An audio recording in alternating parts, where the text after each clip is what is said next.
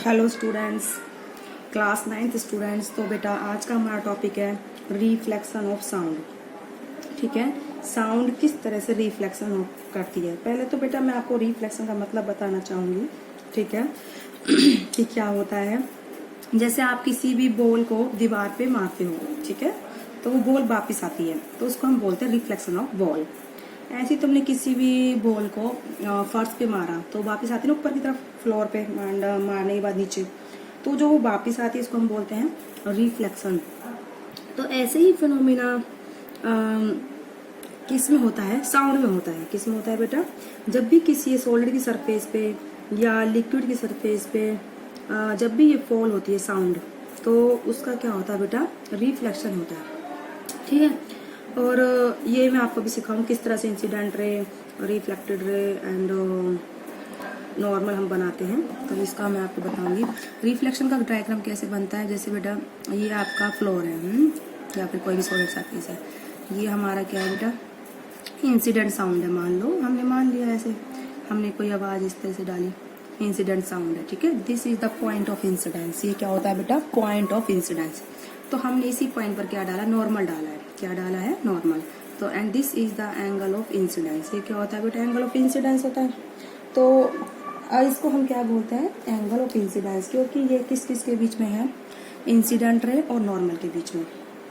किस किस के बीच में है बेटा, इंसिडेंट रे एंड नॉर्मल के बीच में है, तो उसको हम क्या बोलते हैं, इंसिडेंट एंगल।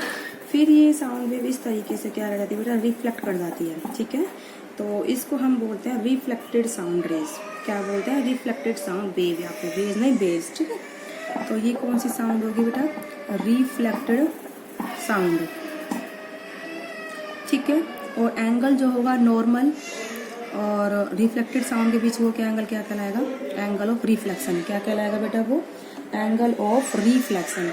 तो इंसिडेंट साउंड और नॉर्मल के बीच का एंगल तो होता है angle of incident, and normal and reflected sound के बीच एंगल जो होता है बेटा वो क्या कहलाता है, रिफ्लेक्टेड एंगल कहलाता है। क्या बोलते हैं उसे, रिफ्लेक्टेड एंगल।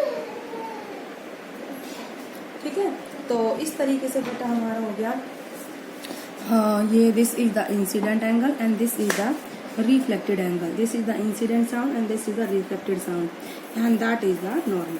ठीक है, तो इसका एक एक्सपेरिमेंट प्रूफ भी है जो दिखाया हुआ है इन्होंने डायग्राम में, कि हम इसको चेक कर सकते हैं कि रिफ्लेक्शन होता है या नहीं होता है।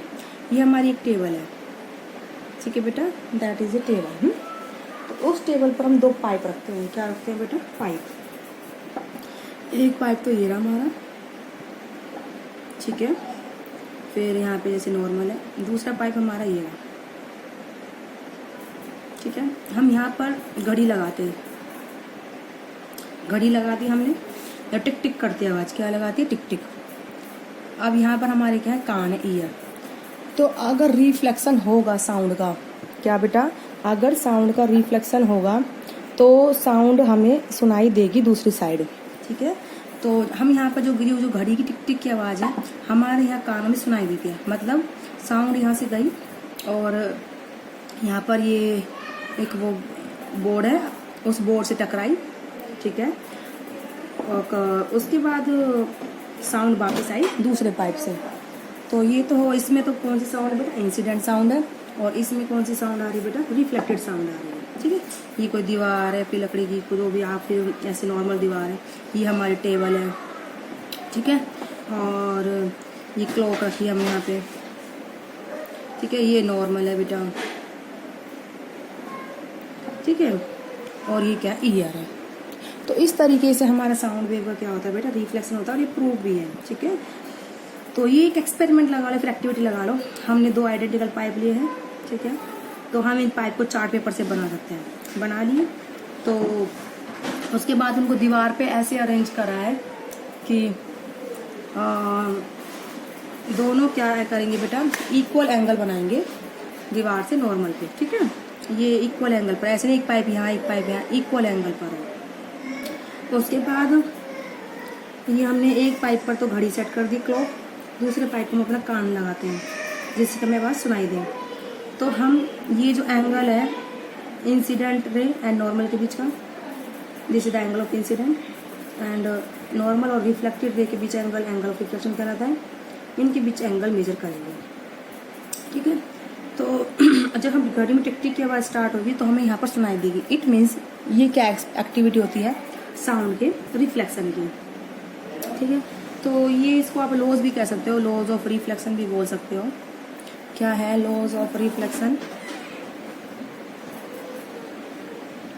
नंबर फर्स्ट है बेटा, इंसिडेंट रे या फिर incidence angle will be equal to the reflected angle.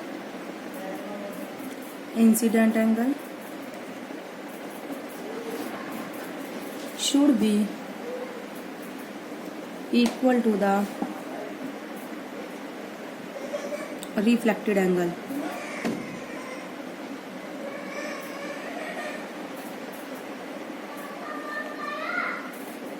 ठीक है, incident angle and reflected angle क्या होने चाहिए, दोनों बराबर होने चाहिए।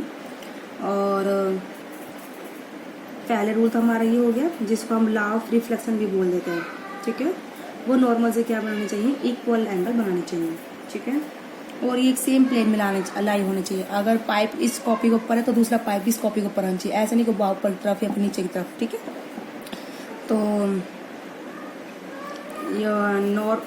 इसको भी आप लिख लीजिए, angle between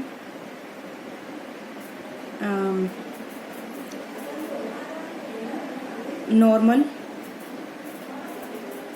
and incident ray, incident sound wave is called incident angle। normal and incident sound waves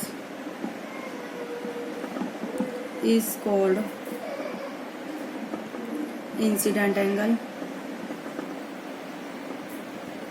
and angle between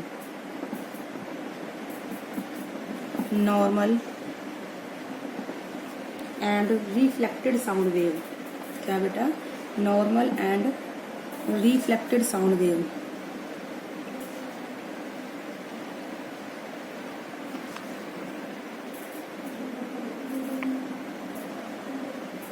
is called reflected angle.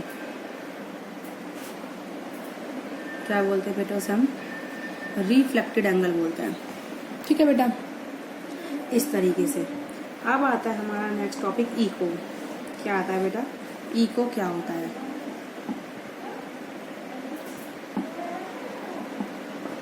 ठीक है, इको क्या होता है बेटा, जैसे हम किसी भी हाइट पर या ऊंचाई पर पहाड़ों के पास बोलते हैं तो हमारी आवाज़ वापस आती है। कोई सामने बड़ी बिल्डिंग खड़ी है और हम बोल रहे हैं तो हमारी आवाज़ वापस आती है, ठीक है। लेकिन जो दोबारा हम आवाज़ सुनते हैं वो थोड़े टाइम बाद आती है, ठीक है।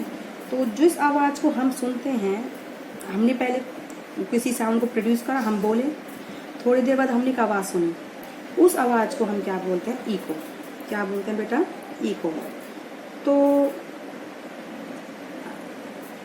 अब जो ये टाइम इंटरवल है डिपेंड करेगा कितनी देर बाद आवाज़ जो आ रही है हमारी, कि जो हमारा ऑब्जेक्ट है यानी कि माउंटेन, पहाड़ या फिर टाल बिल्डिंग है, जो बड़ी बिल्डिंग्स हैं, वो कितनी दूरी पर है हमसे, ठीक है, कितनी दूरी पर है हमसे, इस पर डिपेंड करेगा। और जो साउंड की स्पीड होती है हम उसको पता है हमें, और कितनी डिस्टेंस पर वो बिल्डिंग है या फिर पहाड़ है, फिर हम उसका डिस्टेंस निकाल सकते हैं कि वो पहाड़ कितनी दूरी पर है, हमें पता होगा तो हम बता देंगे कितने टाइम बाद हमारी आवाज़ वापस आएगी, ठीक है। इस तरीके से हम बता सकते हैं।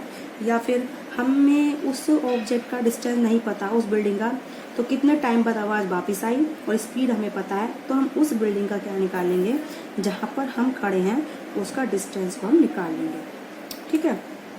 तो आप पहले तो लिखिए कि इको होता क्या है, लिखेंगे, चलो नेक्स्ट वीडियो में हम इसमें आपको समझा देंगे क्या क्या होता है। तो इको जो है कब अच्छी सुनाई देती है, जब हमारे बरसात के दिन होते हैं ह्यूमिडिटी वाले, उस टाइम पर ये इको प्रोसेस अच्छा होता है, ठीक है। तो जो इको होता है ये हम इसको एक बार भी सुन सकते हैं, एक बार जैसे अब हमने बोला आवाज़ वापस आई, तो ये लगातार रिफ्लेक्शन होता है लाइट का, मल्टीपल रिफ्लेक्शन या फिर सक्सेसिव रिफ्लेक्शन के भी बोल सकते हैं। जैसे the rolling of thunder is due to the successive reflection of sound from a number of reflecting surface clouds and lands.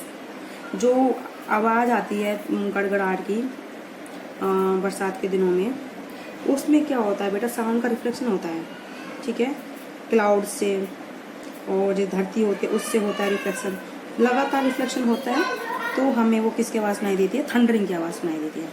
तो पूरा मेन डिटेल में हम इको लिख पाएंगे अभी आपको, तब आपको अच्छे से क्लियर होगा। इसमें मैंने जस्ट आपको आइडिया दिया है कि इको होता क्या है, अभी पूरा डिटेल में हम बताएंगे इसको विद द नोट्स। जब भी किसी साउंड का दोबारा रिफ्लेक्ट होकर हमारे कानों तक आती है, तो जो रिफ्लेक्टेड जो साउंड है उसको हम क्या बोलते हैं बेटा, इको बोलते हैं, ठीक है। आई होप आपको समझ में आया होगा आज की वीडियो में। इसके बाद हम आपको इको का कंप्लीट टॉपिक है जो नेक्स्ट वीडियो में कराएंगे। आज की वीडियो में इतना ही।